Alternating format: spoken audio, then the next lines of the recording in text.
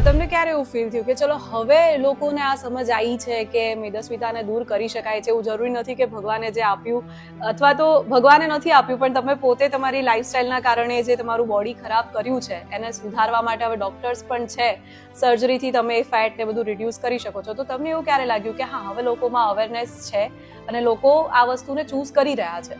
Exact 5 થી 6 વર્ષ પછી હા, કે લોકોને એક્સેપ્ટન્સ આવવા માંડ્યું હમ. કે તમને કદાચ ખ્યાલ હશે કે પેલા જોઈન્ટ રિપ્લેસમેન્ટ સર્જરી હા, કે 1998 માં ચાલુ થઈ ત્યારે હમ. 2-3 વર્ષ તો લોકોને એમ થાય કે આ હાડકા થોડા તોડાવા એવું હા, લોકો ગુજરાતીમાં બોલતા, હા, પણ ધીમે ધીમે નાવ એક્સેપ્ટેડ ઓલ ઓવર હા. ધ કે ના આ કરાવે તો સારું થાય છે. હમ, હમ. એવું જ લોકોને પછી પોતાના પાડોશીમાં, મિત્ર મંડળમાં, રિલેટિવમાં આ બેરિયાટ્રિક સર્જરી કરાવી હોય અને એની પોઝિટિવ ઇફેક્ટ જોઈ હોય હમ, હમ. પછી લોકો કન્વિન્સ થવા માંડ્યા કે ના આ સર્જરીનો ફાયદો છે.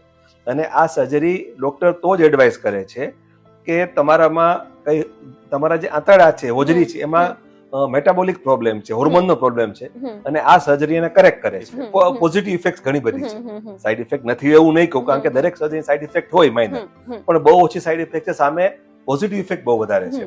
અને લોકો એક્સેપ્ટ કરવા માંડ્યા અને મને લાગે છે ગુજરાતમાં સૌથી વધારે એક્સેપ્ટ થયું.